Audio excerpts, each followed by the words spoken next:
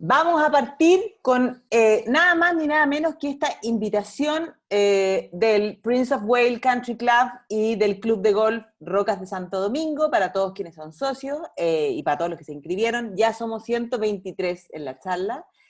Y vamos a ir a hacer, la invitación es ir a dar nada más ni nada menos que la primera vuelta al mundo de la mano de Hernando de Magallanes y terminarla de la mano de Juan Sebastián Elcano. Pero antes de que empecemos, tengo que contarles que tenemos grandes auspiciadores, ¿ya? Como siempre, saben ustedes que tienen que participar en la trivia y que pueden recibir, así como yo hoy día, miren ustedes lo que tengo aquí, no sé si lo ven bien, pero me llegó esta magnífica bandeja, tabla, más bien con quesos El Roble, unos exquisitos quesos que nos permiten además hacer un maridaje también con otro auspiciador que se nos incorpora al ciclo, que es la Viña Ventisquero, que me mandó esta caja, Erú. Aquí la voy a abrir en presencia de todos ustedes, ¿ya? Y vamos a ver qué es lo que me mandaron. Aquí vamos a dejar la cajita, voy a admitir aquí a otra persona que viene, y vamos a ver, este vino de la Viña Ventisquero es un Pinot Noir. Así que yo terminando de hablar, voy a abrir el vino y me voy a comer los quesos, ¿ya? Así que para que todos ustedes participen de la trivia y se puedan ganar también estos premios. Y, bueno, lo que ya siempre mencionamos, el objeto de deseo, Explora. Vamos a poner aquí este video donde podemos ver las magníficas instalaciones que hacen de Explora en sus hoteles que son bases, las Torres del Paine, en San Pedro de Atacama, en la Isla de Pascua, el Valle Sagrado de los Incas en Perú, ¿ya? Hace como el lugar ideal si uno piensa en realizar un viaje en familia. Tienen alrededor de 3.600 kilómetros para recorrer caminando en más de 150 exploraciones diferentes. Así que vale la pena contestar la trivia y al final ya poder ganarse ese magnífico premio. Y entonces, bueno, dándole las gracias a los auspiciadores, ya podemos empezar, y como les decía, hoy día la invitación es a que vayamos a dar la primera vuelta al mundo, nada más ni nada menos que esa primera circunnavegación, que la verdad para muchos, tenemos que tener en cuenta que además estamos justo en el momento de la conmemoración de los 500 años. Este ciclo que hemos venido realizando de 1520, en el fondo lo que quiere demostrar es cómo en ese año de 1520, aquí hay alguien que tenía, ahí ya se silenciaron.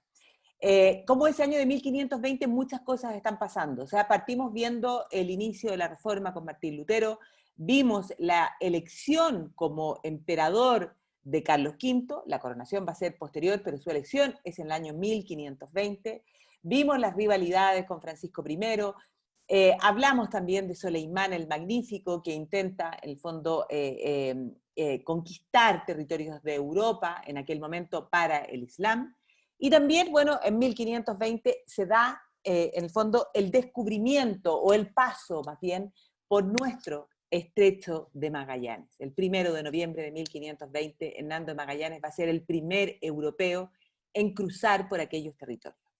Pero ese viaje, para muchos historiadores, la verdad es que es uno de los viajes más importantes de la historia. Esa primera circunnavegación es una gran hazaña que se llevó a cabo bajo el amparo de la corona española y que en el fondo supuso la confirmación de que la Tierra era esférica. Desde la Edad Media, en realidad existía la idea de que la Tierra era redonda. Esa idea de que pensaban que la Tierra era así una tabla rasa, una mesa, la verdad es que históricamente no es correcta. Intuían que la Tierra era redonda, pero este viaje va a significar, en el fondo, la confirmación empírica de que eso era una realidad. Y además, este viaje también va a significar, en el fondo, incluir nuevos territorios hasta entonces desconocidos que van a ser parte del Imperio Español, uno de los más importantes imperios de la historia y que tiene además sus características que permiten diferenciarlo del resto de los imperios en la historia. Y entonces, el Cabo de las 11.000 Vírgenes, la Patagonia, territorios en las Filipinas. También se van a incorporar, en el fondo, nuevas especies, como por ejemplo los pingüinos, los lobos marinos, el guanaco, plantas como el apio dulce. O sea, la verdad es que este viaje tiene connotaciones que nos permiten asegurar que a partir de aquí podemos afirmar que se inicia, en el fondo, el mundo globalizado, ¿verdad? Es además la aventura más temeraria de la historia, pero lo que ocurre es que ellos no lo sabían. Hoy día nosotros, 500 años después, que nos vamos a embarcar y que vamos a ir a dar esa primera vuelta al mundo, podemos entender que era temeraria, cuáles eran los riesgos, ¿no? Pero ellos, la verdad es que no tenían un verdadero conocimiento de cuáles eran las verdaderas dimensiones que tenía el globo terráqueo y por lo tanto ni siquiera podían intuir cuánto tiempo iban a demorar. Una verdadera aventura, porque tampoco estaban seguros de que iban a encontrar un paso para pasar por América, y la verdad es que no va a ser un viaje fácil. Van a haber enfermedades, va a haber hambre, va a haber motines, enemistades y también muerte, ¿ya? El objetivo inicial, bueno, era encontrar una ruta que les permitiera llegar a las codiciadas islas de las especies que se encuentran aquí, pero navegando hacia el occidente. Eso era lo más aventurero que alguien podía ni siquiera imaginar, pero efectivamente ese es el proyecto de Magallanes. Y entonces el día 10 de agosto del año 1519 van a partir desde Sevilla entre 238, algunos dicen que fueron 250, los marineros que van a zarpar y que parten hacia el occidente. Van a regresar recién en 1522 y van a regresar solo 18 de ellos, ¿ya? Y van a regresar al mando de Juan Sebastián Elcano y no al mando de Hernando de Magallanes. No era el plan inicial, pero estos hombres van a haber logrado dar la vuelta al mundo. Entonces, dicho eso, a la manera de introducción, vamos a ir analizando cuál era el plan, cuál era el objetivo, quién es Hernando de Magallanes y cómo en el fondo se produce esta gran, este gran viaje, ¿ya? Y aquí nos tenemos que situar en la corte del rey Carlos V, o Carlos I más bien, Carlos I de España. Y nosotros hicimos una clase especial dedicada a Carlos I, y tenemos que entender que en este momento Carlos I tiene solo 17 años de edad. Y la verdad es que el apoyo que Carlos I de España le va a dar a Hernando de Magallanes nos hace, sin lugar a duda, recordar el apoyo que los abuelos de Carlos I, es decir, los reyes católicos, Isabel y Fernando, le habían dado 30 años antes a Cristóbal Colón, con unos resultados que probablemente todos nosotros conocemos, ¿ya? Se va a producir el encuentro de dos mundos, como se dice hoy día, el 12 de octubre del año 1492, ¿ya? Producto de, en el fondo, este apoyo que los reyes católicos le entregan a Colón para realizar este proyecto que es bastante similar. O sea, el proyecto de Colón era intentar llegar a las Indias, ¿ya? A la India más bien, navegando hacia el occidente, navegando hacia el oeste. Lo que ocurre es que Colón no sabía que en ese trayecto existía un continente, ¿ya? Y por lo tanto existía también otro océano. Y la verdad es que eso es lo que nos permite suponer que tanto Colón como Magallanes tienen que haber bebido, tienen que haber conocido las mismas fuentes que existían en la época. Y tienen que, y efectivamente era así, haber considerado que la circunferencia de la Tierra era muchísimo, muchísimo menor de lo que en realidad tiene. Y por lo tanto encontraban que era sumamente factible partir desde la península ibérica, navegar por el Atlántico para, en el caso de Colón, para llegar a la India. Ellos calculaban probablemente que en el fondo, que la circunferencia de la Tierra era de alrededor de 29.000, 28.000 kilómetros, en vez de los 40.000 que efectivamente tiene. Y eso probablemente se debe a que los dos tienen que haber conocido el mapa de Toscanelli, y el mapa de Toscanelli es lo que los induce a ese error, a ese pequeño error de cálculo. Entonces, bueno, Colón va a vislumbrar que es posible viajar, ¿ya?, cruzando el Atlántico hacia la India. Colón va a creer haber llegado a ella, o sea, Colón va a morir, ¿ya?, en el año 1506 sin haberse dado cuenta de que efectivamente había llegado a un nuevo continente. Colón va a conocer muy bien el viaje de Marco Polo, de hecho tiene el libro de las maravillas del mundo de Marco Polo, muy anotado en todos sus márgenes, y él cree haber llegado, por las descripciones que hace Marco Polo, a Cathay, a Zipango, es decir, a China y a Japón.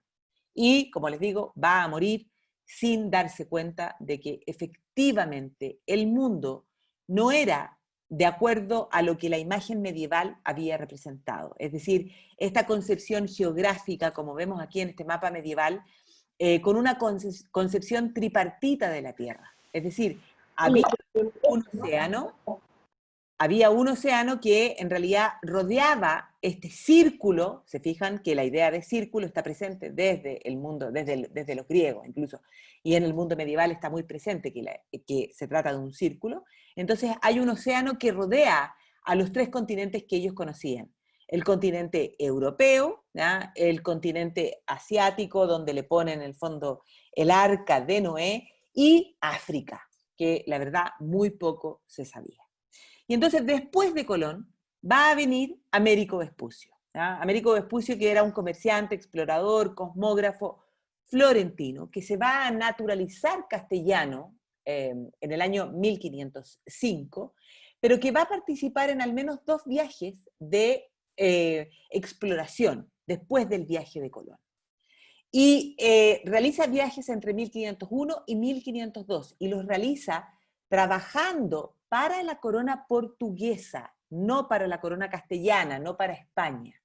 Y en esos viajes de exploración, Américo Vespucio se va a dar cuenta y se va a percatar de que en realidad esto es un nuevo mundo, se trata de un nuevo continente.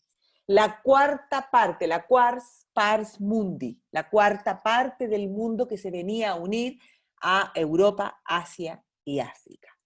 Y entonces, en los estudios posteriores, en el fondo de los cosmógrafos, efectivamente a partir del año 1507 va a aparecer este mapa, ¿ya?, que es de Martín Valdes Müller, que va a dibujar por primera vez en la historia, en el fondo podríamos decir la costa oriental de América.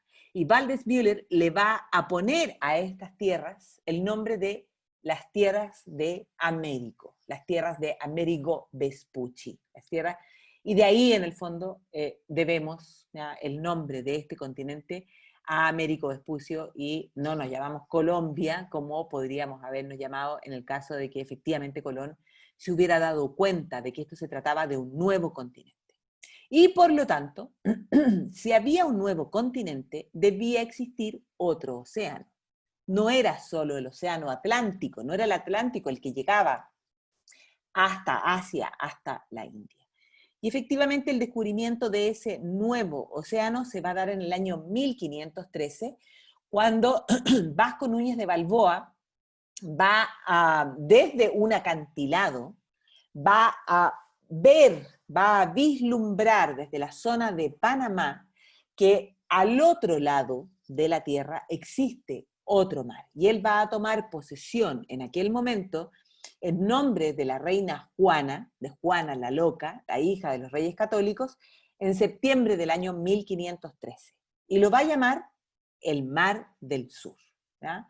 Y entonces, cuando llegamos ya a, en el fondo, el inicio del reinado de Carlos I de España, nieto de los reyes católicos, hijo de Juana la Loca, bueno, va a continuar apoyando todas estas distintas exploraciones, ¿ya?, a través del Océano Atlántico, para iniciar, en el fondo, el descubrimiento, la exploración de este nuevo continente y, por cierto, de este nuevo mar.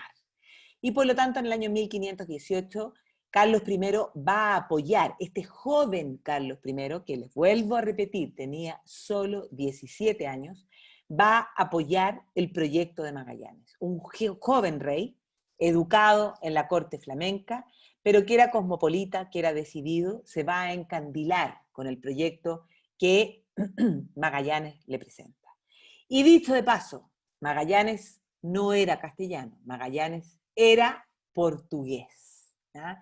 Y por lo tanto, eso bueno, va a seguir generando controversias, podríamos decir que hasta el día de hoy. Una de las biografías probablemente más lindas que existen de Fernando de Magalhães, porque ese era su verdadero nombre en portugués, ¿no?, es sin lugar a duda la que escribe Stefan Zweig, que va a decir en el inicio de su obra: de entre todas las figuras y todas las rutas, mi admiración se asió a los hechos del hombre que en mi sentir llegó a lo más extraordinario en la historia de los descubrimientos geográficos. Fernando de Magallanes, su navegación es tal vez la odisea más grande de la historia de la humanidad. Y entonces aquí nos tenemos que preguntar quién es Fernando de Magallanes y cómo es que llega a la corte castellana del rey Carlos I. Entonces, bueno, como les decía, Fernando de Magallanes o Fernando de Magalhães, ¿ya?, nace en el norte de Portugal en el año 1480, es un hombre de noble cuna. No existe certeza absoluta del lugar de nacimiento de Magallanes porque, bueno, hay varios sitios que se lo disputan. Hoy día se estima que lo más probable es que haya nacido ahí, en esa casa, en la villa de Sabrosa. Su padre se llamaba Ruy de Magallanes y era un caballero hidalgo, ¿ya?, señor de Aveiro, alcalde mayor de Estremoz, o sea, era parte de una familia de la nobleza, no de la nobleza más enriquecida, pero sí de estas familias de los hidalgos. Ahí, por ejemplo, vemos el escudo de armas de Magallanes. Y Magallanes va a ser un hombre desde muy niño de carácter duro, de carácter rudo, un hombre racional, meticuloso. Algunos dicen que probablemente fue muy taciturno, solitario, pero tuvo educación, ¿ya? Y tuvo educación porque a partir de los 10 años, Magallanes va a entrar a servir como paje en la corte de la reina Leonor, que era la consorte del rey Juan II de Portugal, ¿ya? Y por lo tanto es un hombre que recibe formación en un momento en el que hay que entender que Lisboa, ¿ya?, era el epicentro de toda la actividad que desde tiempos, en el fondo desde Enrique el Navegante, Portugal se había convertido en una de las naciones que iba a la delantera, en el fondo, en todos estos descubrimientos geográficos, en todos los viajes de exploración por la costa africana. Y entonces, bueno, Magallanes desde muy joven se va a lanzar en esta aventura ultramarina. Hay que además señalar, que es algo que hablamos cuando hablamos de Carlos V, que el lema del propio Carlos V, Carlos I, va a ser plus ultra, es decir, más allá del estrecho de Gibraltar, más allá de esas supuestas columnas que Hércules había puesto en ese estrecho que indicaban que ese era el fin del mundo.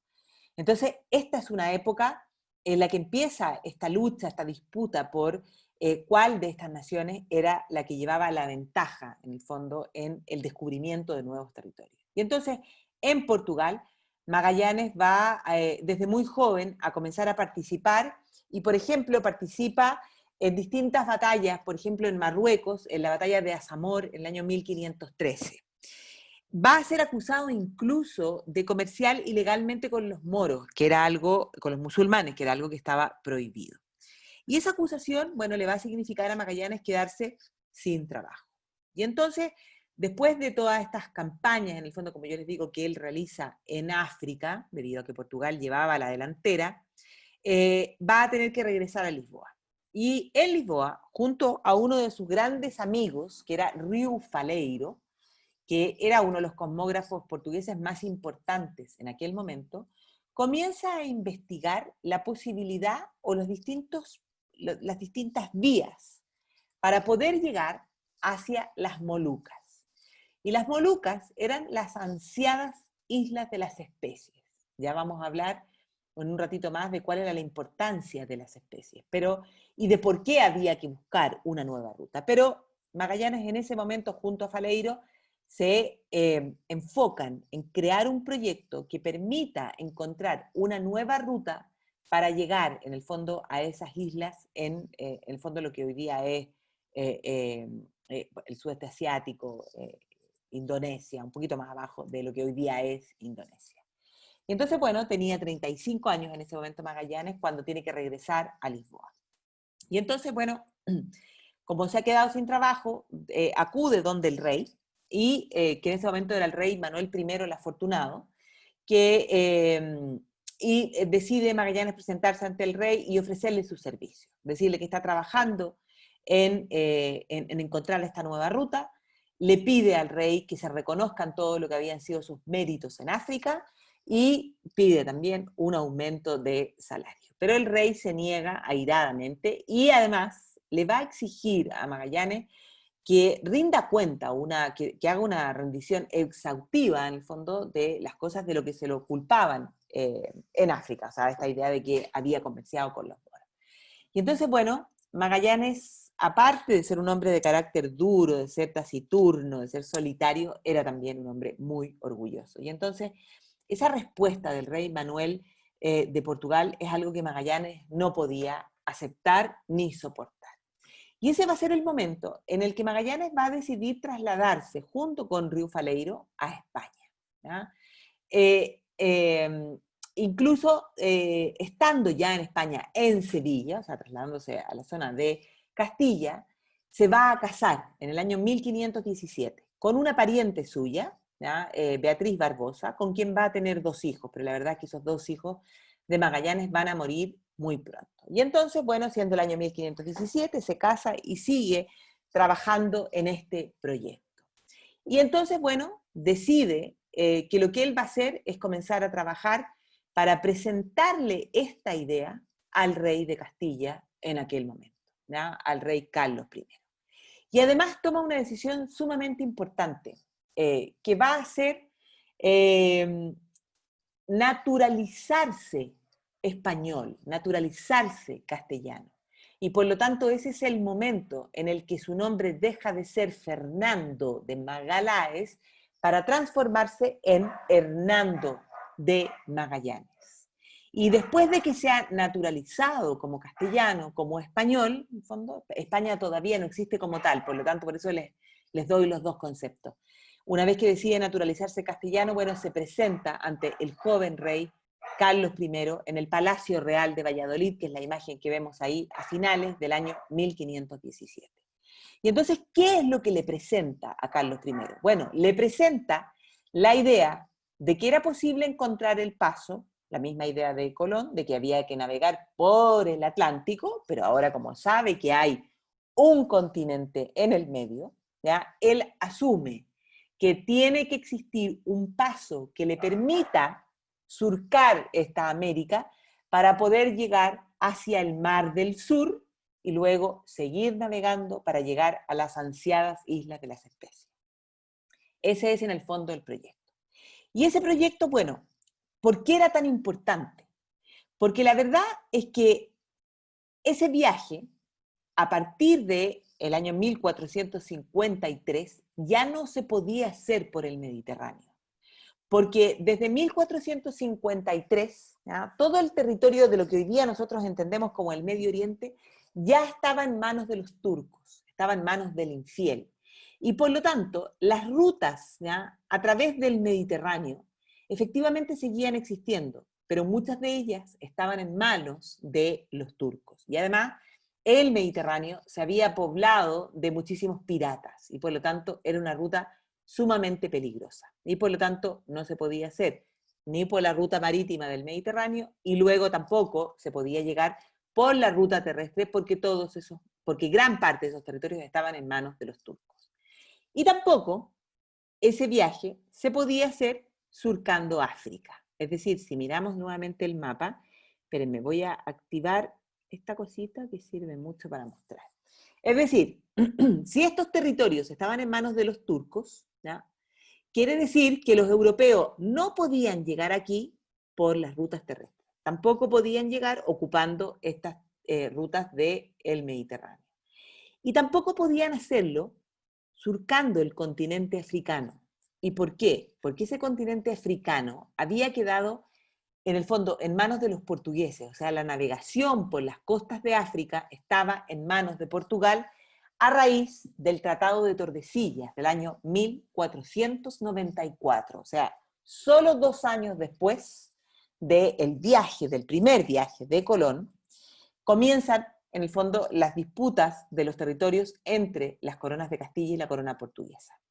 Habían existido tratados previos, como el del Casó-Bastoledo de 1479, habían existido las bulas papales, las bulas interetcéteras del Papa Alejandro VI, pero la verdad es que no se habían resuelto los problemas, en el fondo, de la demarcación territorial. Y entonces, portugueses y castellanos deciden en 1494 reunirse en Tordesillas y firmar este tratado. ¿Ya? Un tratado que es firmado por los representantes de Fernando e Isabel, o sea, los reyes de Castilla y de Aragón, y en ese momento el rey era Juan II en Portugal. Y este Tratado de Tordesillas, además de solucionar una serie de otros temas, va a establecer, en el fondo, un reparto de las zonas de navegación, ¿ya? En el Océano Atlántico, y también va a delimitar la situación para África y para el Nuevo Mundo. Fueron arduas conversaciones hasta que finalmente logran establecer esto, ¿ya? El tratado de Alcazó-Bastoledo, que había sido el primero, había trazado esta línea y había dicho, de aquí para arriba corresponde a los castellanos, a España, en el fondo, y de aquí para abajo a Portugal. Cuando Colón llega a estos territorios y cuando ya se tiene conciencia de que se trata de un nuevo continente, bueno, continúan las disputas y el Papa, ¿ya?, va a dictar las bulas interetcétera, incluso antes de que se tuviera conciencia de que era un nuevo continente, la bula interetcétera, donde dice, bueno, va a trazar una línea de polo a polo, y entonces va a quedar determinado que hacia abajo y hacia el este le corresponde a Portugal, y que desde aquí y hacia el oeste le corresponde a Castilla. Pero como les digo, nada de eso había solucionado los problemas. Y entonces, ¿qué es lo que hace el Tratado de Tordesillas? Fija esta línea, ¿ya? Y si lo miramos en otro mapa, donde nos va a quedar mucho más claro, en el fondo el Tratado de Tordesillas va a dividir el Océano Atlántico por medio de esa línea trazada de polo a polo y que está ubicada a 370 leguas, ¿ya?, al oeste de las islas Cabo Verde. Y entonces va a establecer en el fondo 2 hemisferios, ¿ya? El hemisferio, podríamos decir, oriental para la corona de Portugal y el hemisferio occidental para la corona de Castilla. Por lo tanto, para Castilla estaba absolutamente vetado navegar hacia el sur por la costa africana. Y por lo tanto, entonces de ahí que existía esa necesidad de poder encontrar una ruta navegando hacia el oeste que permitiera llegar a estos territorios. La gran duda va a ser si es que estas islas estaban en territorio castellano o portugués, pero ya vamos a ver qué es lo que ocurre con eso. Y entonces, teniendo eso claro, es que, bueno, a Magallanes no le queda otra alternativa que este proyecto que él va a cranear durante 5 años, tenía que ser navegando hacia el oeste, echarse al mar y, bueno, enfrentarse a todos los monstruos que existían en el fondo y que poblaban los mapas en aquella época. Todavía es una mentalidad mezcla de medieval y moderna, donde efectivamente pensaban que se podían encontrar con muchísimos peligros. Y entonces, bueno, durante 5 años, como les dije, va a planear el viaje, va a guardar en secreto el objetivo. Era muy complicado el viaje porque no existían mapas, tampoco existían los instrumentos de navegación que existen hoy día, ¿ya? Y por lo tanto era un viaje sumamente peligroso. Pero la verdad es que Magallanes nunca va a llegar a saber la relevancia de la ruta que descubrió. Porque, bueno, lo que sí era claro, que si cumplía el objetivo de llegar a la isla de las especies, de llegar a las Molucas, se iba a abrir una nueva ruta marítima y España se iba a convertir, ¿ya?, en uno de los principales distribuidores de las especies. Y aquí tenemos que hablar de las especies, y uno se podrá preguntar, bueno, ¿por qué la obsesión de llegar a las Islas Molucas?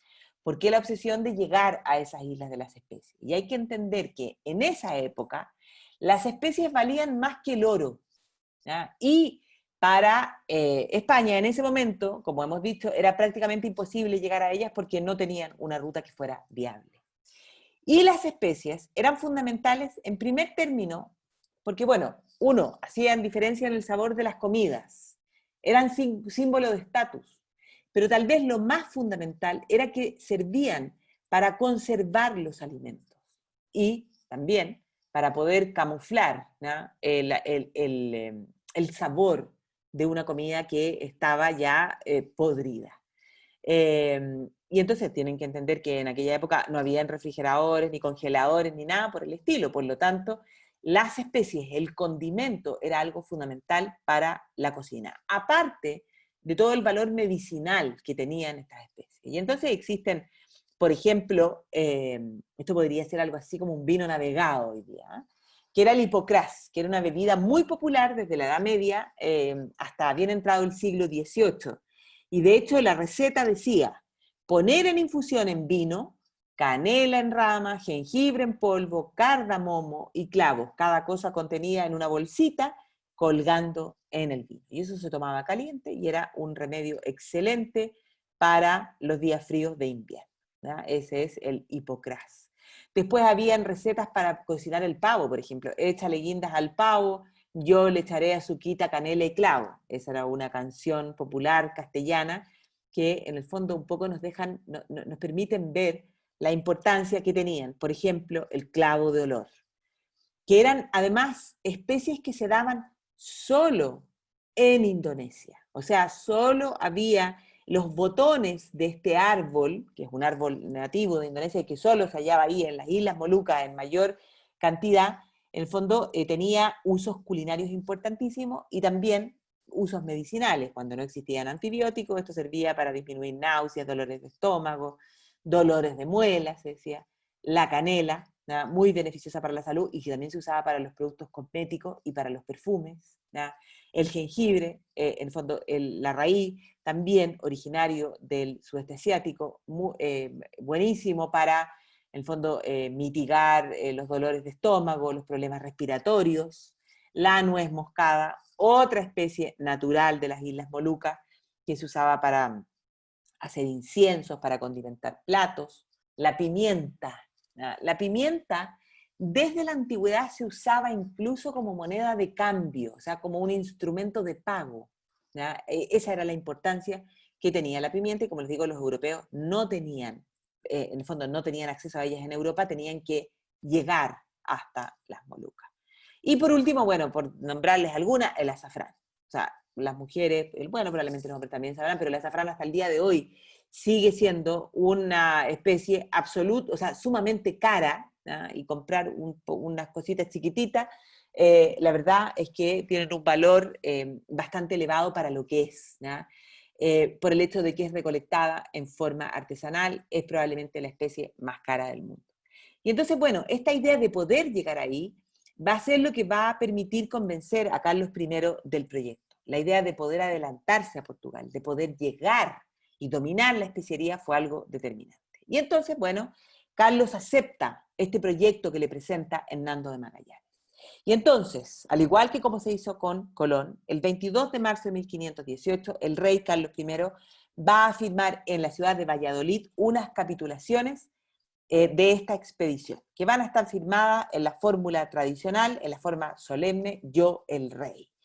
Y yo el rey se compromete a varias cosas, ¿ya?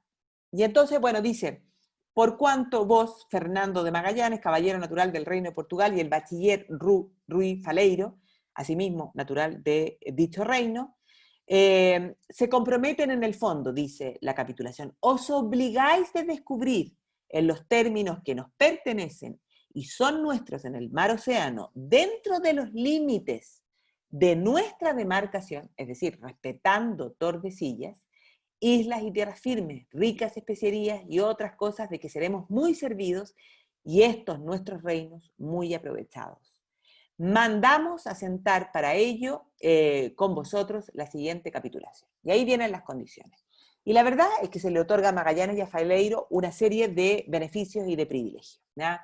Por ejemplo, el monopolio de la ruta descubierta por 10 años.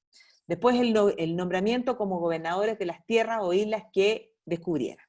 Y por último, una 20ª parte de todas las ganancias del viaje. Carlos I incluso va a decidir en el mes de julio, ¿ya?, subir el privilegio en el fondo y los va a nombrar comendadores de la Orden de Santiago, que no había mayor privilegio. Sin embargo, Carlos I, que era un hombre bastante inteligente, comienza a darse cuenta de que ha firmado esta capitulación, pero con dos portugueses. ¿Ya? O sea, Magallanes se ha naturalizado español, pero de origen era portugués. Y por lo tanto comienzan a aparecer los primeros problemas. ¿Ya? Y entonces, bueno, desde Portugal, la verdad es que en ese momento se va a intentar empañar la imagen de Magallanes y se va a hacer todo lo posible por evitar que este viaje de Magallanes zarpara bajo, en el fondo, el control de la corona castellana. Y entonces, dándose cuenta de esto, Carlos I va a tratar de españolizar, de castellanizar la expedición y por lo tanto va a nombrar a Juan de Cartagena, un castellano, sobrino del obispo Fonseca, que era uno de los grandes colaboradores que tenía Carlos I, como comisario de la navegación y lo va a intentar poner en la misma categoría de Magallanes. ¿No? Incluso se cuenta que desde Portugal se llegaran a urdir planes para asesinar a Magallanes antes de que lograra zarpar. Y entonces, en la medida en que Portugal trataba de evitar que esta expedición saliera, la corona castellana y Carlos I se convencía cada vez más de que esto era factible. ¿No? Y por lo tanto, se le va a poner hasta una escolta armada, ¿no?, a Magallanes. Pero, como les digo, Carlos I decide españolizar y entonces poner a Juan de Cartagena a bordo. Y además decide dejar abajo a Río Faleiro. Se dice que Río Faleiro tiene problemas de salud y que va a zarpar posteriormente. Pero la verdad es que finalmente Río Faleiro, que aparece en la capitulación, no se embarca. Y entonces, bueno, así las cosas, con Magallanes y Cartagena, en el fondo, al mando, se inician los preparativos de esta expedición, que tuvo un costo de aquella época de 8 millones de maravedíes, hoy día serían alrededor de 1,5 millones de euros, y que fue financiada por la Corona de Castilla, por los Jaro y por los Fuguer. Los Fuguer eran en el fondo, la familia tradicional que va a ser también la familia que va a financiar, en el fondo, la elección de Carlos I como emperador. ¿Ah? Y bueno, se inician los preparativos, iban a ser 5 embarcaciones, se comienzan a buscar los tripulantes, y dentro de los tripulantes, bueno, hay uno que nos interesa sobremanera. ¿No? Bueno, hay 2 tripulantes que al final de la historia son los que más nos interesan, pero el primero de ellos es, sin lugar a duda, Antonio Pigafetta, ¿ya?, que va a ser uno de los pilotos de la expedición de Magallanes Elcano, nacido en Piacenza, ¿ya?, o sea, es un italiano, no existe Italia en esta época, pero es un veneciano, ¿ya?, que va a ser en el fondo, podríamos decir, el principal cronista de este viaje, porque va a escribir testimonio día a día. No hay ni un solo día de los 3 años que dura esta expedición en los cuales Antonio de Pigafetta no haya escrito en su libro, que se va a transformar en el fondo, esta recopilación, en la fuente más valiosa. No es la única, pero es la fuente más valiosa que tenemos para estudiar este viaje de Magallanes, ¿ya?, el primer viaje en torno al globo. ¿Ya? Y ahí nos relata las aventuras y más bien las desventuras de lo que va a ser esta travesía. Y entonces, con ya todas las preparaciones, cuando ya está todo listo para zarpar en agosto de 1519, se inicia esta expedición. Y la escuadra va a estar encabezada por la nao Trinidad, que iba Magallanes al mando, la San Antonio, que iba capitaneada por Juan de Cartagena, el castellano, en el fondo, la nao Victoria, comandada por Luis de Mendoza, la Concepción, que iba al mando de Gaspar de Quesada, y en esa Concepción se va a embarcar Juan Sebastián Elcano. Ya vamos a hablar de él, pero la verdad es que no tenemos mucho conocimiento de cómo ni en qué circunstancias llega a embarcarse en la Concepción. Y bueno, y por último, la Santiago, más 250, 238, dicen algunos, tripulantes. Antes de zarpar desde Sevilla, asisten a misa y juran lealtad al rey Carlos I. Y así, cuando ya está todo listo, el 10 de agosto de 1519 zarpa la flota desde Sevilla rumbo a lo desconocido. Van a llegar, van a bajar por el Guadalquivir, ¿ya? Van a descender por el Guadalquivir hasta llegar a la desembocadura, donde desemboca el Guadalquivir hacia el Océano Atlántico, y esa es la ciudad de Sanlúcar de Barrameda. Y ahí en Sanlúcar de Barrameda van a hacer los últimos preparativos. Y de hecho van a ir en embarcaciones menores, van a viajar desde Sanlúcar de Barrameda a Sevilla, ¿ya? Haciendo los últimos preparativos. Incluso el propio Magallanes va a hacer testamento, ¿ya? En Sevilla el 24 de agosto. O sea, en estos viajes que iban desde Sanlúcar a Sevilla, hace su testamento. Y así, bueno, cuando ya están listos, van a zarpar definitivamente desde Sanlúcar de Barrameda el 20 de septiembre de 1519. Van a hacer una primera escala, van a llegar a Tenerife, ¿ya? En las Islas Canarias, donde se van a aprovisionar de agua, de carbón, ¿ya? Van a llevar víveres para 2 años. O sea, nadie podía ni siquiera imaginar que la expedición podría prolongarse por más tiempo. Nadie podría haber imaginado que iban a ser capaces de sobrevivir en una expedición que durara más de 2 años en el mar, ¿ya? Y por lo tanto, bueno, ahí en Tenerife en fondo, embarcan sus últimos recursos, sus últimos aprovisionamientos, y a partir de ese momento, bueno, ya no hay reyes, ya no hay nacionalidades, ni castellanos, ni portugueses, sino que son simplemente 250 hombres a bordo de 5 naves. Y se inicia la travesía. Y la verdad es que Magallanes y Cartagena van a chocar desde el primer momento. Cartagena convencido de que él tenía las mismas atribuciones que Magallanes, y Magallanes absolutamente convencido de que él estaba al mando. Y entonces comienza a mostrarse frío, autoritario, y la verdad que no estaba dispuesto a consentir en nada de lo que la tripulación le pidiera. Y además, en vez de enfilar directamente hacia el oeste, Magallanes va a ver aquí, sale de Sanlúcar de Barrameda en el viaje de ida, y en vez de hacer el viaje así, como directo hacia el oeste, Magallanes baja y entonces se acerca al territorio prohibido, al territorio portugués. Y eso comienza a dar la idea de que a lo mejor efectivamente Magallanes los iba a traicionar y iba a hacer este viaje, en el fondo, para la corona portuguesa, como portugués, ¿ya? Y por lo tanto, desde el primer momento comienzan a verse los enfrentamientos y las dudas. Y se le pide cuenta a Magallanes de por qué está yendo hacia el sur. Magallanes dice, yo soy el que va al mando, y por lo tanto no acepta ningún tipo de queja ni de cuestionamiento por parte de la tripulación. Pero bueno, lo cierto es que continúan el viaje, ¿ya? Y recién el 13 de diciembre de 1519, o sea, parten el 20 de septiembre, prácticamente 3 meses después, logran llegar a la bahía de Guanabara, ¿ya? Que hoy día es Río de Janeiro, y a lo que ellos van a llamar el puerto de Santa Lucía. Van a permanecer ahí, en las costas de Río de Janeiro, alrededor de 13 días. Y después de eso, bueno, van a continuar hacia el sur. Van a pasar frente a la ciudad de Montevideo y van a llegar al Río de la Plata, donde Magallanes cree haber encontrado el paso. Pero entran por el Río de la Plata y se dan cuenta de que es un río, de que no es el ansiado paso hacia el otro lado, y por lo tanto deben salir del Río de la Plata y continuar más hacia el sur.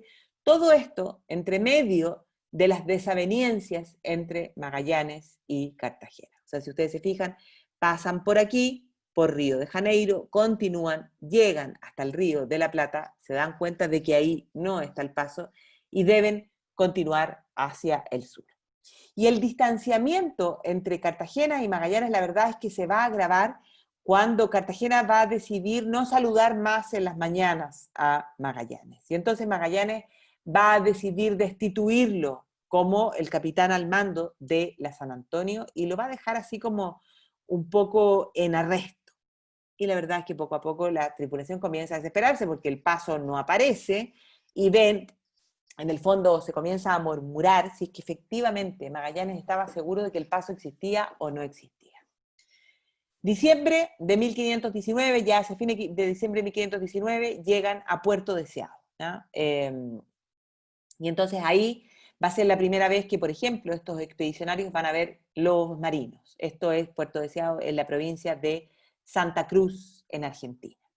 Y ahí, cuando ya es marzo de 1520, en el puerto de San Julián, Magallanes va a ordenar el desembarco, porque se da cuenta de que están demasiado al sur, de que el tiempo va a empeorar y por lo tanto va a dar la orden de que van a desembarcar en San Julián para poder invernar en el fondo por alrededor de 5 meses. Y la verdad es que no hay nada peor para un marino que estar parado y consumiendo sus víveres. Por lo tanto, ya todo hacía presagiar que se podía producir un motín. Y aquí, estando en San Julián, es cuando la expedición va a tomar contacto con los aborígenes, ¿ya? Aborígenes que les van a parecer de una estatura gigantesca. Y entonces, ¿qué es lo que nos cuenta Antonio Pigafetta en el fondo de estos aborígenes? Y dice, eran hombres de blancos de pelo y muy fuertes de musculatura, a los que Magallanes va a llamar Patagao, pie grande, o Patagones, y a la región Patagonia. ¿Ya? O sea, quedan absolutamente impresionados con la estatura, en el fondo, de estos aborígenes, y entonces de ahí el nombre de pie grande o Patagones. También van a descubrir aquí en esta Patagonia, de ahí viene el nombre de la Patagonia, los guanacos, y van a encontrar que son parecidos a las llamas, de la familia del camello. Dice Pigafetta, tienen la cabeza y las orejas de mula, el cuerpo de camello, las piernas de ciervo, las colas de caballo, y que en el fondo imita el relinchar del caballo. Además se dan cuenta de que estos patagones, bueno, usaban la piel de los guanacos para fabricar las ropas, para fabricar calzado. Pero estando ahí en San Julián, en la Patagonia, en el mes de mayo, es decir, habían decidido invernar a partir de fines de marzo. Ya en mayo de 1520 comienzan a tener los primeros problemas. Y el primer problema va a ser que una de las naos, la Santiago, va a naufragar producto de que, en el fondo, por un temporal, encalla en los arrecifes de la costa. La tripulación de la Santiago se salva milagrosamente, pero quedan solo con 4 naves.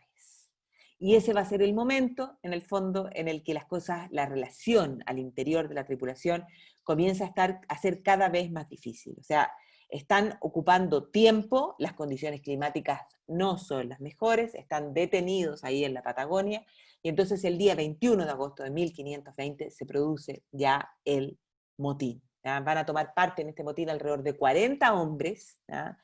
Entre ellos va a estar Juan Sebastián Elcano, y hombres que frente al riesgo de lo inexplorado, del hambre, del frío, ¿ya? La verdad es que se van a rebelar contra el mando de Magallanes. Y en el fondo van a tratar de exigirle a Magallanes de decir, bueno, volvamos. Si no sabes dónde está el paso, no podemos seguir. Y bueno, Magallanes va a lograr controlar la situación, pero con una rudeza terrible, porque va a condenar a muerte a Quesada, que era el capitán de la Concepción, y Magallanes, como el jefe de la tripulación, tenía la autoridad para hacerlo. Y además de condenar a muerte a Quesada, va a ordenar a dejar en tierra a Cartagena y al clérigo que lo apoyaba, que era Pedro Sánchez. Es decir, ordena dejar en tierra al que había sido nombrado por el propio rey como el veedor de la escuadra, como en el fondo el castellano que tenía que ir a vigilar que Magallanes no hiciera lo que quisiera. Pero la verdad es que lo bajan en tierra. ¿Ya? ¿Qué es lo que nos dice Pigafetta? Dice, los traidores eran Juan de Cartagena, veedor de la escuadra, Luis de Mendoza, Antonio de Coca, Gaspar de Quesada. El complot, dice, fue descubierto. No se atrevió, o sea, Magallanes no se atrevió a quitarle la vida, ¿ya?, a Cartagena, porque había sido nombrado capitán por el mismo emperador, dice Pigafetta. Le expulsó de la escuadra y le abandonó en la tierra de los Patagones con su sacerdote, su cómplice. También dice Pigafetta, ha de conocerse que Magallanes indultó a Juan Sebastián Elcano, perdonándole la vida por haberse unido a los amotinados. Y entonces, una vez que baja al conspirador, bueno, ahí en San Julián, en la Patagonia Argentina, Magallanes además va a mandar a erigir esa cruz tomando posesión de estas tierras en nombre del rey de España. Y ya en septiembre, esto había sido el 21 de agosto, el 14 de septiembre de 1520, Magallanes decide continuar la travesía. Y va a entrar más hacia el sur, en el río Santa Cruz. También cree que el río Santa Cruz es el ansiado paso, pero nuevamente se equivoca. Aprovechan, pasan alrededor de un mes ahí, se abastecen de agua, de leña y continúa la travesía hacia el sur. Aquí está San Julián, la Patagonia Argentina, entran a Santa Cruz y después de un mes continúa la travesía. Y el ansiado paso no aparece. Pero ya el día 21 de octubre del año 1520, hoy día es 21 de octubre, no lo puedo creer, hace 500 años atrás, van a descubrir un cabo desde el que van a divisar una gran entrada de mar. Y esa gran entrada de mar, esa boca oriental, digamos, del estrecho hoy día, del estrecho de Magallanes, era efectivamente el Paso. Magallanes lo va a bautizar como el Cabo de las 11.000 vírgenes, y eso porque ese día, o un día como hoy se celebra, en el fondo, las 11.000 vírgenes.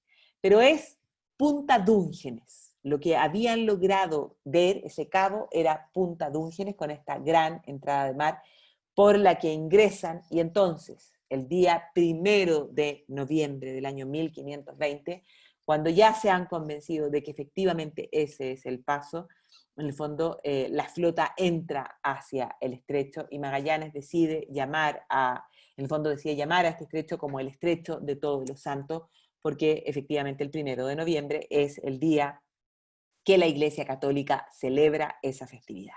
Hoy día, el estrecho de Magallanes. O sea, hace 500 años atrás, Magallanes va a ser el primer europeo, esta flota van a ser los primeros europeos en cruzar nuestro estrecho de Magallanes. Pero la verdad es que el problema, han encontrado el paso, pero el problema no va a terminar ahí porque el estrecho de Magallanes se transformó en un verdadero laberinto de canales en el que se adentra esta flota, que como les decía va a ser el primero en cruzarlo y en navegarlo. Las crónicas de Pigafetta y del resto de los tripulantes, la verdad es que dicen que cruzar el estrecho de Magallanes fue un verdadero infierno, ¿no?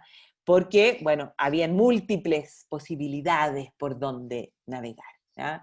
Y además, porque en ese momento, frente a las dificultades, frente a esta especie de laberinto, la nao San Antonio va a decidir dar vuelta y regresar a España, a la fuga. Se da cuenta de que este viaje, la verdad es que no va a llegar a buen término, que efectivamente han encontrado el paso, pero que esto es un verdadero laberinto infernal y por lo tanto regresa. Y bueno, la nao San Antonio en su regreso va a decidir parar en San Julián, en la Patagonia Argentina, y bajar en búsqueda de Cartagena y del sacerdote. Pero la verdad es que no encontraron ni rastro de Cartagena. Y hasta el día de hoy no se sabe qué fue lo que ocurrió con el veedor de la escuadra, nombrado por el propio Carlos I, que Magallanes ordenó dejar en la Patagonia Argentina.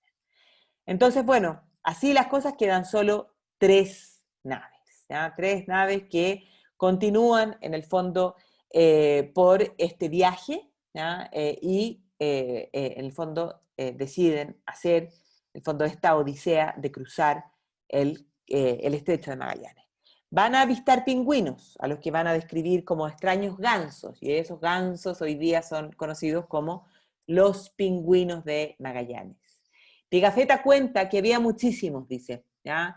Dice, encontramos en 2 islas que solo encontramos pobladas por pingüinos y lobos marinos. Los primeros existen en tal abundancia y son tan mansos que en una hora cogimos provisión abundante para las tripulaciones de la nave. Son negros y parece que tienen todo el cuerpo cubierto de plumas pequeñas y las alas desprovistas de las necesarias para volar, como en efecto no vuelan. Son gordos, dice, y en el fondo tuvimos que desplumarlos, tuvimos que quitarles la piel para poder desplumarlos. Aquí un dibujo, en el fondo, de Pigafetta, de lo que es este estrecho con millones de islitas, en el fondo, para mostrar lo que era este estrecho, ¿ya? Aparte de eso, bueno, las numerosas fogatas que va a realizar la población nativa es lo que va a inspirar a Magallanes para nombrar aquel territorio al sur del estrecho como Tierra del Fuego, producto en el fondo de que veían constantemente estas fogatas. Se dice que Magallanes va a oficiar misa en aquellos territorios, porque era sumamente importante, y para Magallanes lo era, que este viaje tenía que ir de la mano no solo con el descubrimiento de esta nueva ruta, sino que también con la cristianización de aquellos territorios, tomar posesión en nombre de la corona castellana, pero iniciar en el fondo o poner como antecedente, ¿ya?, lo que era la religión cristiana, que era la propia del Reino de Castilla. Así que habría realizado una misa y continúa la travesía. Van a recoger apio dulce en las costas del Estrecho de Magallanes, que va a ser un gran descubrimiento porque va a servir para mitigar el escorbuto, que es la enfermedad absolutamente común en los marineros y que los va a afectar fuertemente durante el paso después por el Océano Pacífico. Y entonces, si nos fijamos acá, vemos que en rojo es finalmente la ruta que siguieron para cruzar el estrecho, pero en los distintos colores van a ser las distintas veces que entran por una entrada y que se dan cuenta de que por ahí no está la salida, y que vuelven a entrar y que se devuelven. A eso me refiero con esta especie de laberinto por distintas rutas que no los llevan a la salida. Se demoraron 39 días en cruzarlo, desde el momento en que descubrieron, o sea, que llegaron a Punta Dúngenes, en lograr pasar hacia el otro lado, y van a divisar, ¿ya?, el Mar del Sur, en lo que va a bautizar como el Cabo Deseado. Cuando llegan aquí, de este gran mar, de este Mar del Sur, y Magallanes decide rebautizarlo con el nombre de Océano Pacífico, debido a su aparente calma. Magallanes, bueno, no desembarca en las costas de Chile, ¿ya? Que no había sido aún conquistado por los españoles. Hay que pensar que la expedición de Diego de Almagro es del año 1536, y aquí estamos hablando del año 1520. Pero sin lugar a dudas que es posible afirmar que Chile fue descubierto por el sur en el año 1520 por Hernando de Magallanes, y esa es la tesis de uno de los grandes historiadores, miembros de la academia, que hoy día su libro está a disposición incluso en internet, que es Mateo Martinitz, que habla de esta expedición y que en el fondo intenta validar esa tesis de que el descubrimiento de Chile se da en 1520, en noviembre de 1520, por la zona sur, y no en el año 1536 con el descubrimiento en el fondo con el viaje de Diego de Almagro, ¿ya? Bueno, una vez que ya llegan a este cabo deseado, que vislumbran el Mar del Sur, al que van a, en el fondo, rebautizar como Océano Pacífico, bueno, queda la parte más difícil. Han llegado ahí, pero todavía les queda lo más difícil. No tenían modo de saber que se encontraban ante el océano más grande que jamás se había navegado. Tampoco sabían que desde ahí estaban exactamente a la misma distancia de las Molucas que de volver a Castilla, o sea, de regresar a Europa. Y entonces esta travesía va a ser de alrededor de 4 meses sin avistar tierra. Muchos marineros van a enfermar de escorbuto, van a morir. Y como no saben, van a subir, ¿ya?, van a ir hacia el norte, ¿ya?, intentando encontrar el Ecuador, sin darse cuenta de que van a subir más allá de donde estaban las Molucas, o sea, las van a pasar de largo, porque van a ser 4 meses, 3 meses y 20 días sin avistar tierra. ¿Qué es lo que dice Pigafetta? Miércoles 28 de noviembre desembocamos por el estrecho para entrar en el gran mar, al que dimos enseguida el nombre de Pacífico, y en el cual navegamos durante el espacio de 3 meses y 20 días sin probar ni un alimento fresco. El bizcocho que comíamos ya no era pan, sino que un polvo mezclado de gusanos que se habían devorado toda su sustancia, y además tenía un hedor insoportable por hallarse absolutamente impregnado de orines de rata. El agua que nos veíamos obligados a beber estaba igualmente podrida y hedionda. Para no morirnos de hambre, nos vimos aún obligados a comer pedazos de cuero de vaca con los que se había forrado, en el fondo, el barco. Este cuero, siempre expuesto al agua, al sol y a los vientos, estaba tan duro que era necesario sumergirlo durante 4 o 5 días en el mar para ablandarlo un poco. Para comerlo, lo poníamos después sobre las brasas. Y lo peor de todo, lo más grave. Y además de todo eso, estábamos reducidos a alimentarnos de aserrín y hasta las ratas. tan repelentes para el hombre, habían llegado a ser un alimento tan delicado que se pagaba medio ducado por cada una. Sin embargo, esto no era todo. Nos veíamos afectados, dice, por una enfermedad que era este escorbuto, donde dice, se nos hinchaban las encías hasta el extremo de sobrepasar los dientes en ambas mandíbulas, haciendo que los enfermos no pudiesen tomar ningún alimento. Murieron 19, entre ellos el gigante Patagón. Habían subido a un Patagón y además a un brasilero, a alguien de Río de Janeiro. Murieron producto de, en el fondo, de este escorbuto. Los dolores, en el fondo, que les ocasionaba, en el fondo, esta falta de verdura, esta falta de vitamina C, es lo que provocaba, generaba este escorbuto, y por eso es que el apio que descubren les es beneficioso para tratar de mitigar un poco los efectos.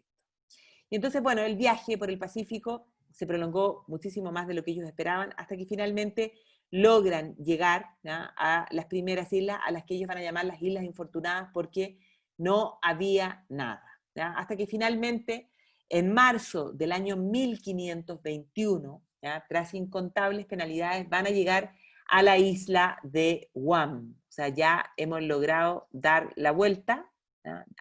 Han hecho toda esta ruta, pasaron por el estrecho, hicieron la ruta por el Pacífico, subieron, aquí nos damos la vuelta, entonces se dan cuenta que subieron más de lo necesario, porque aquí están las Molucas, y ellos subieron aquí hasta la isla de Guam, ¿ya?, las Islas Marianas, ¿ya?, que ellos van a llamar como la isla de los ladrones. ¿Y por qué? Porque había una población aborigen que fue sumamente cálida para recibirlos, ¿ya?, pero la verdad es que estos habitantes muy simpáticos en el principio, muy acogedores, no van a dudar en llevarse y robarse del barco todo, absolutamente todo lo que pudieron, ¿no? Se encuentran, por lo tanto, ya en Guam, en las Islas Filipinas, en marzo de 1521, ¿ya? Van a comenzar a bautizar en el fondo a cada una de estas islas, las van a llamar las Islas de San Lázaro, por la festividad religiosa, para que en el fondo tengan en cuenta de que en el fondo la cristiandad era lo que además se está expandiendo con estas rutas. Y entonces, bueno, Magallanes va a establecer desde el primer momento buenas relaciones con los nativos, va a buscar incorporar todos estos territorios a la corona española, ¿ya?, y al cristianismo va a hacer los actos de fundación, en el fondo, o de, más que de fundación, de toma de posesión de aquellos territorios en nombre del rey, ¿ya?, del rey Carlos I. El 28 de marzo de 1521 van a desembarcar en la isla de Masana, o Limassagua, y ahí van a celebrar la primera misa que se celebra en las Filipinas. Si miramos el mapa, vamos a ver, aquí hay un acercamiento en el fondo de este territorio que está aquí, ¿ya?, que son en el fondo estas Filipinas, y entonces la primera isla en la que desembarcan es Limassagua. Ahí celebran misa. Después van a continuar hasta la isla de Cebu, donde van a ser acogidos favorablemente por el Rajá de Cebu, que era, en el fondo, Humabón. Y nuevamente Magallanes va a decidir celebrar misa, y los nativos, los aborígenes de aquellos lugares, bueno, quedaban bastante impresionados por lo que era esta ceremonia, y entonces decidían un poco imitar los mismos gestos que hacían los españoles y los portugueses de persinarse, de arrodillarse. Y entonces Magallanes, dando testimonio de lo que era en el fondo esta toma de posesión en nombre del rey de Castilla y de lo que era este avance de la cristiandad, bueno, le va a regalar a Humabón, al Rajá, el Santo Niño de Cebu, ¿ya?, que ahí está, todavía está ahí, fue entregado el día 14 de abril de 1521, y ese en el fondo, este Santo Niño de Cebu es un símbolo, podríamos decir, en el fondo de lo que va a ser este dominio español sobre aquellas islas, y hay que pensar que estas van a ser de los últimos dominios que la corona española va a perder, o sea, recién en la guerra en el año 1898, ¿ya?, cuando ya llega a su fin el imperio español. El problema va a ser que Magallanes se va a confiar demasiado, ¿ya?, bueno, Humabón y su mujer incluso se van a bautizar, ¿ya?, y a Humabón se le va a poner el nombre de Carlos, y a su esposa se le va a poner el nombre de Juana, o sea, el nombre de los reyes, de Carlos y de Juana la Loca, ¿ya?, logra ese bautizo. Pero Magallanes se fía mucho, ¿ya? Y por lo tanto, bueno, este rajá le va a pedir ayuda a Magallanes para ir a someter a la isla vecina, que era la isla de Mactán. Y Magallanes va a acceder. Pero Magallanes no iba para entrar en conflictos locales. Magallanes iba para encontrar un camino hacia la isla de las especies, pero va a cometer el error de entrar en este conflicto local, y además, bueno, Magallanes era un buen navegante, pero no era militar, y va a fallar en la estrategia. Porque va a decidir ir, o sea, manda primero un emisario a la isla de Mactán a hablar con el Datu, con el monarca que había en Mactán.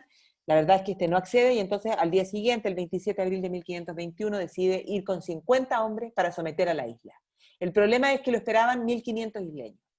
Y tampoco habían hecho un viaje de reconocimiento, y por lo tanto la isla de Mactán estaba llena de arrecifes, y entonces las embarcaciones quedaban muy lejos de la isla. Y entonces los arcabuceros tampoco podían, que era como la gran arma que tenían de ventaja, no llegaban en el fondo con el fuego hacia la isla. Y entonces comienza el ataque. 50 hombres de la embarcación de Magallanes frente a 1500 isleños. Y ahí se enfrenta en el fondo Magallanes a Lapu-Lapu, el Datú de la isla de Mactán. Los aborígenes se van a dar cuenta de que el cuerpo de los europeos estaba absolutamente protegido, en el fondo, en la parte superior, ¿ya? Pero no en las piernas, y comienzan a atacar en las piernas. Y efectivamente, Magallanes en esa época ya cojeaba, y entonces los aborígenes de Mactán deciden atacarlo en sus piernas, y Magallanes va a dar la orden incluso de que se incendie la isla, algo que tampoco va a dar resultado, y por lo tanto, bueno, finalmente los 50 hombres comienzan a intentar regresar a las embarcaciones. Pero como les digo, Magallanes ya cojeaba y había sido atacado por los aborígenes en sus piernas, y por lo tanto se va a producir el triste desenlace para quien había sido el artífice de esta expedición. ¿Qué es lo que nos dice Pigafetta? Duró el desigual combate casi una hora. En fin, un isleño logró poner la punta de la lanza en la frente del capitán, quien furioso le atravesó con la suya, dejándosela clavada. Quiso sacar la espada, pero no pudo por estar gravemente herido en el brazo derecho, diéndose cuenta los indios, y uno de ellos, ostentándole un sablazo en la pierna izquierda, le hizo caer de cara, arrojándose entonces contra él. Así murió nuestro guía, nuestra luz y nuestro sostén. Al caer, viéndose asediado por los enemigos, se volvió muchas veces para ver si nos habíamos salvado. No le socorrimos por estar todos heridos, y sin poderle vengar, llegamos a las chalupas, a las embarcaciones, en el momento en que iban a partir. A nuestro capitán debimos la salvación, porque cuando murió, todos los isleños corrieron al sitio en que había caído. Todos arrancan a volver a las embarcaciones. Magallanes estaba herido, miraba hacia atrás y logra, en el fondo, casi entrega su vida por salvar al resto de la tripulación. Y entonces, bueno, además los nativos no quisieron entregar el cuerpo, no quisieron devolverlo para que recibiera sepultura, y entonces eso va a significar la muerte de Magallanes el 27 de abril de 1521, significa que Magallanes no va a poder terminar con lo que había sido su cometido. ¿Qué es lo que va a ocurrir con la tripulación? Bueno, aparte de la muerte de Magallanes, pocos días después van a sufrir una traición por parte de Humabón. En el fondo, el rajá de la isla de Mactán los va a invitar a celebrar en la isla, baja gran parte de la tripulación, no bajan por estar enfermos ni Pigafetta ni Juan Sebastián Elcano, que se quedan en las embarcaciones, en las naos. Y una vez estando en esta celebración, en esta comida, bueno, salen los aborígenes de la isla de Mactán y atacan, en el fondo, a la expedición, a los hombres que habían bajado a esta celebración. Y entonces, bueno, se dan cuenta de que tienen que salir de aquellos territorios, se dan cuenta también, no hay un mando claro después de la muerte de Magallanes, se dan cuenta de que la flota está tan mermada que era imposible mantener a las 3 naos, y por lo tanto van a decidir deshacerse de una, van a decidir deshacerse de la nao Concepción, que era la que estaba en peor situación en el momento, y bueno, le van a prender fuego. Y entonces, de las 2 naos que quedan, la nao Trinidad va a quedar al mando de Gonzalo Gómez de Espinosa, y al frente de la nao Victoria se pone Juan Sebastián Elcano. Pero la verdad es que van a pasar varios meses hasta que la tripulación y que esta expedición quede efectivamente al mando de Sebastián Elcano. ¿Ya? Se va a formar una especie de triunvirato, van a dudar de quién es efectivamente el que tiene que dirigir la expedición luego de la muerte de Magallanes. Y entonces, bueno, van a pasar meses hasta que efectivamente nos emerge la figura de Elcano. ¿Y quién es Elcano? Bueno, no es mucho lo que se sabe de Elcano. Lo que sí está claro es que nació en el País Vasco, nació en 1476, va a morir en 1526, lo sabemos, casi todo lo que sabemos es por el propio testamento de Elcano. En general, todos los archivos de su ciudad natal, bueno, fueron destruidos, muchos de ellos durante la Guerra Civil Española. Entonces, como les digo, lo que sabemos es que nació en Guetaria, en el seno de una familia que vivía para el mar, y que él es el primogénito de 9 hermanos. Tampoco tenemos claro cómo llegó a enrolarse en la expedición de Magallanes. Lo que sí se sabe y que está claro es que estaba en Sevilla en el momento en el que se reclutan a los marineros, y que él se embarca en la Concepción, que estaba capitaneada por Gaspar de Quesada, que fue ajusticiado y muerto, ¿ya?, tras los sucesos del motín de San Julián en 1520. Y entonces Elcano poco a poco se va transformando en el líder, porque la verdad es que el liderazgo real no puede imponerse por la vía del miedo, y hay que ganárselo, y la verdad es que Elcano logró ganarse el liderazgo.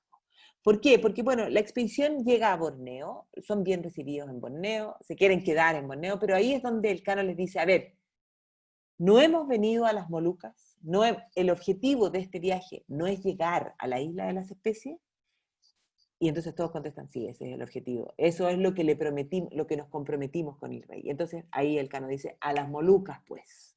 Y entonces, en Borneo, van a tomar a una serie de nativos que dicen conocer la ruta que lleva a la isla de las especies, y parten rumbo a la isla de las especies. Era julio de 1521.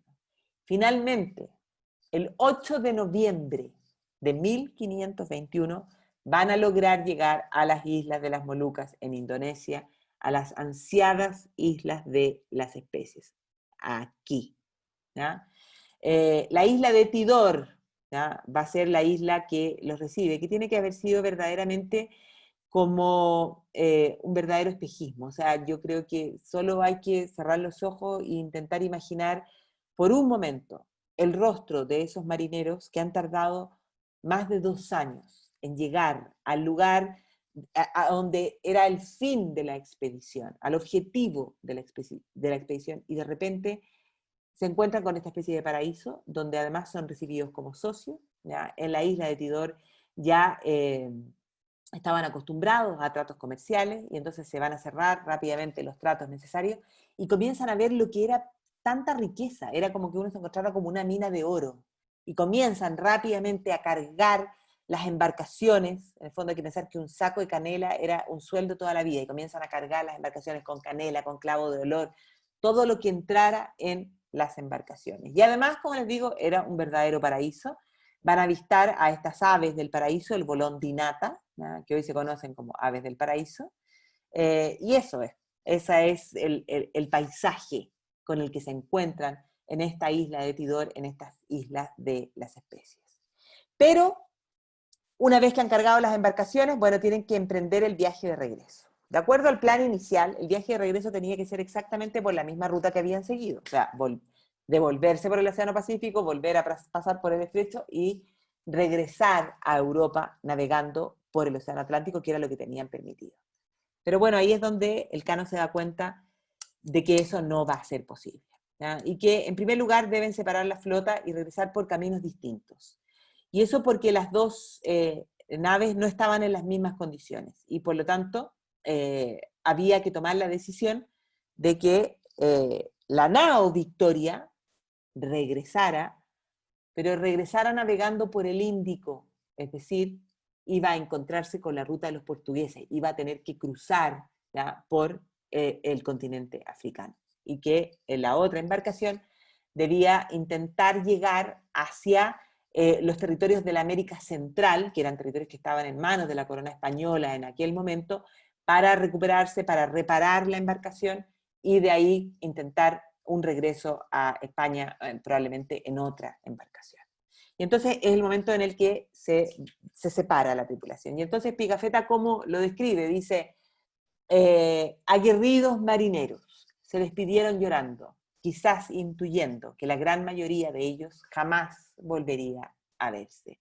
Y así efectivamente fue. La nao Trinidad se hace al agua y parte, en el fondo, intentando regresar a la península ibérica, pero haciendo el mismo recorrido e intentando tal vez llegar, como les digo, a América Central. Pero va a sufrir, en el fondo, una serie de tormentas que la va a hacer pedazos, y la nao Trinidad tiene que regresar, ¿ya?, a la isla de Tidor, y la verdad es que de los tripulantes de la nao Trinidad, solo 3 de sus tripulantes van a lograr regresar a España, pero 5 años después de lo que lo hace Sebastián Elcano, ¿ya?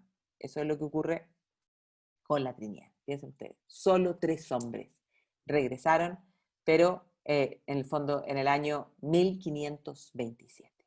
¿Qué es lo que va a ocurrir con la nao Victoria? Que es donde en el fondo está al mando Sebastián Elcano. Bueno, parte de regreso a España, intentando regresar, pero tenía que navegar, iba a tener que navegar por aguas portuguesas, cuando el rey español había pedido expresamente y había establecido en las capitulaciones que no se podía hacer entrando en conflicto con el reino vecino. Uno aquí se podría preguntar, ¿Magallanes habría hecho lo mismo? Probablemente sí. Cualquier capitán de navío en su sano juicio habría decidido regresar por aquel territorio después de haberse dado cuenta de cuál era la dimensión de ese océano Pacífico.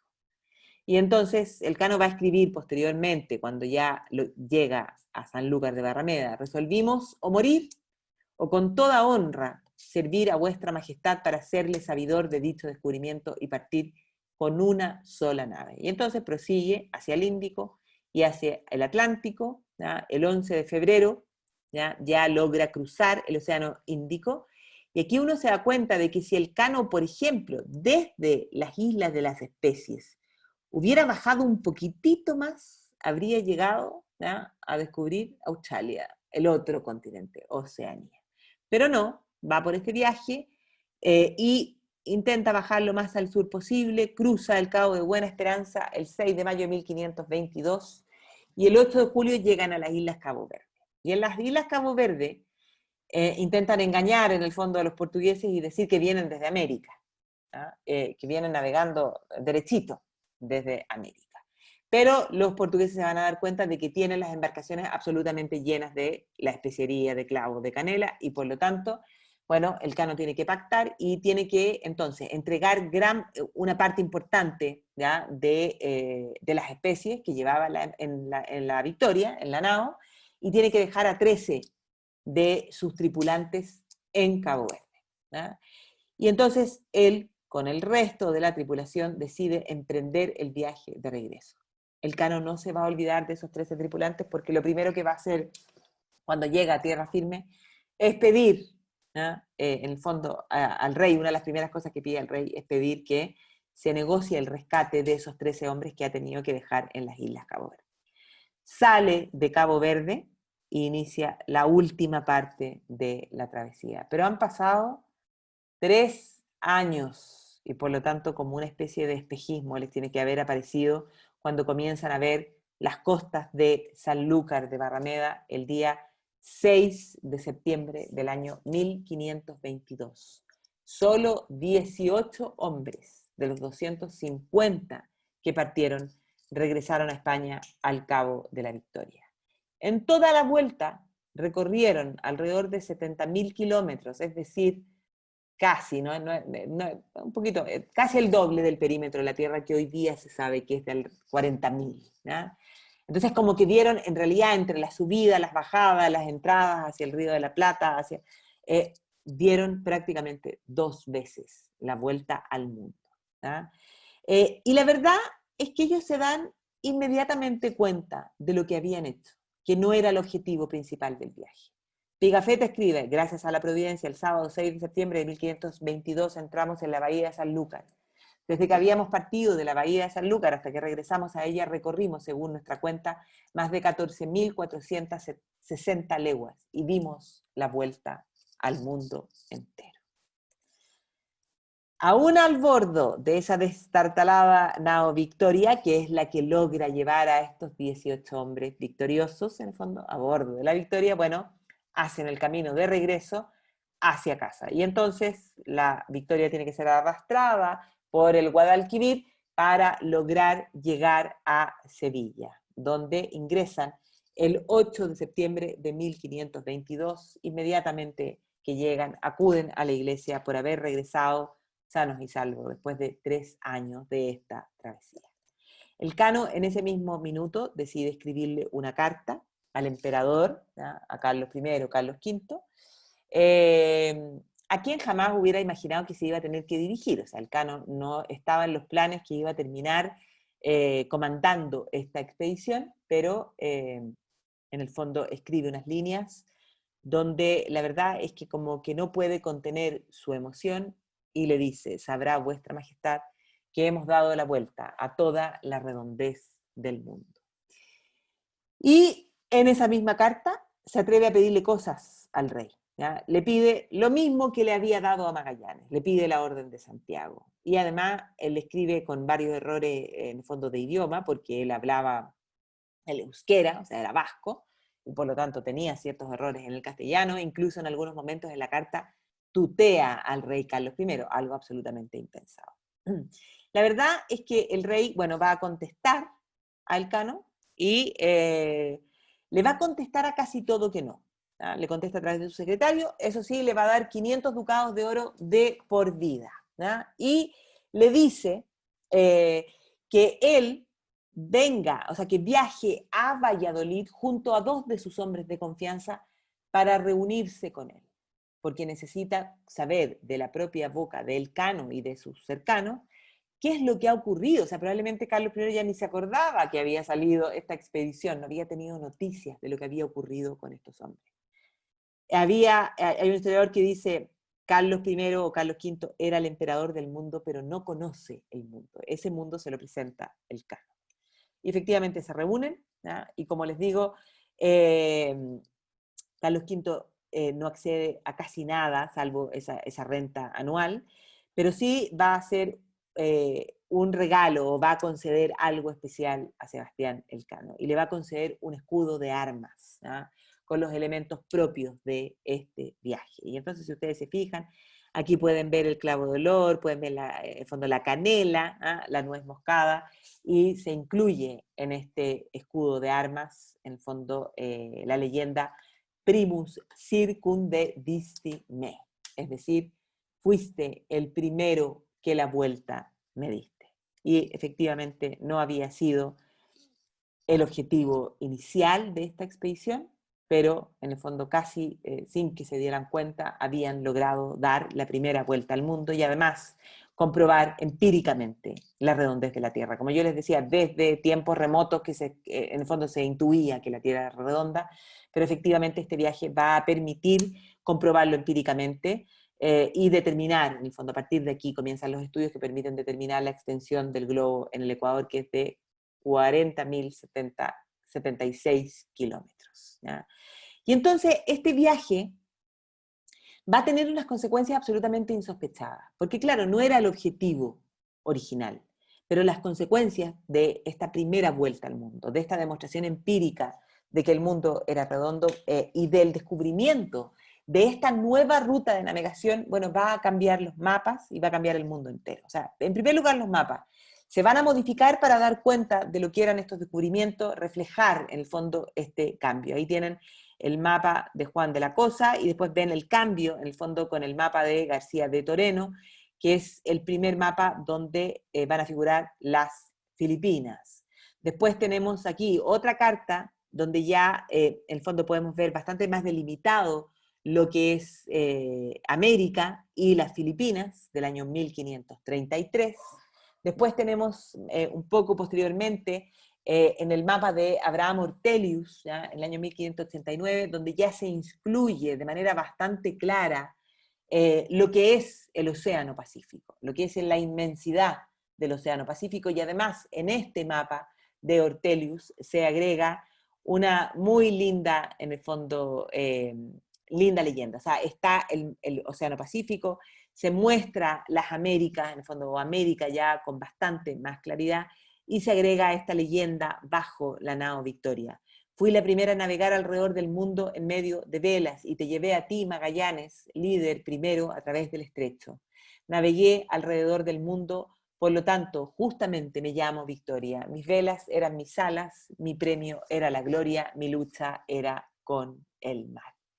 Y así, como les digo, comenzaron estudios que podríamos, en el fondo, señalar ya de manera más científica, que comienzan a modificar los mapas. Aquí está el padrón real de Diego Rivero, aquí tienen otro mapa donde está, en el fondo, la delimitación, en el fondo, y la geografía en la zona del Estrecho de Magallanes. Y la verdad es que esta colosal aventura va a abrir, en el fondo, el Océano Pacífico a la humanidad, va a incorporar el Océano Pacífico a la humanidad, y hay que, no, en el fondo, no podemos olvidar que el Estrecho de Magallanes, en el fondo, y el lograr surcar América por el Estrecho de Magallanes para pasar hacia el Océano Pacífico, va a ser la vía más importante para el transporte marítimo de este océano por más de 400 años. O sea, hasta que no exista el Canal de Panamá, esa es la vía de navegación. El viaje de Magallanes no solo sirvió para demostrar empíricamente que la Tierra era redonda, sino que además para determinar lo que es la paradoja del circunnavegante, algo que después va a inspirar a Julio Verne. ¿Y eso por qué? Porque, bueno, como el propio Pigafetta escribió, yo mismo había escrito cada día sin interrupción, por no haberme fallado la salud. Pero, como después nos fue advertido, no hubo error, sino que habiendo efectuado el viaje todo rumbo a occidente y regresando al lugar de partida, como hace el Sol con exactitud, nos llevaba el Sol 24 horas de adelanto, como claramente se ve. Para los tripulantes llegaron el miércoles 8 de julio, pero la verdad es que era jueves 9. Julio Verne va a tomar esa misma idea en la vuelta al mundo en 80 días, ahora navegando hacia el este, el protagonista cree llegar tarde y perder la apuesta, pero no había llegado tarde porque navega hacia el este. ¿Ya? Esa es la paradoja.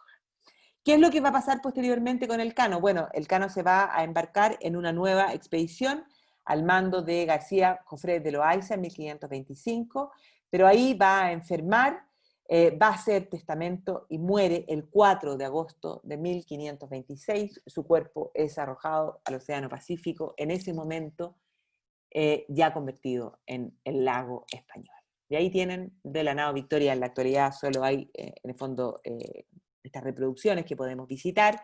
Hay en la Bahía de San Julián, hay en Punta Arenas, esta heroica embarcación, que también hay una réplica de la nao Victoria en Portugal. Y en Sanlúcar de Barrameda, esa placa conmemorativa, en el fondo en la fachada del antiguo ayuntamiento con los nombres de los que retornaron. Y ahí podemos ver a Antonio Lombardo Pigafetta, natural, ¿no? Dice, de Bizancio en la Lombardía. Y el que encabeza la lista, Juan Sebastián Elcano de Guetaria. ¿No? La verdad es que este viaje va a cambiar el mundo. ¿No? Habíamos dicho al principio, 1520 es un año que cambia el mundo, muchas cosas están pasando en paralelo. ¿No?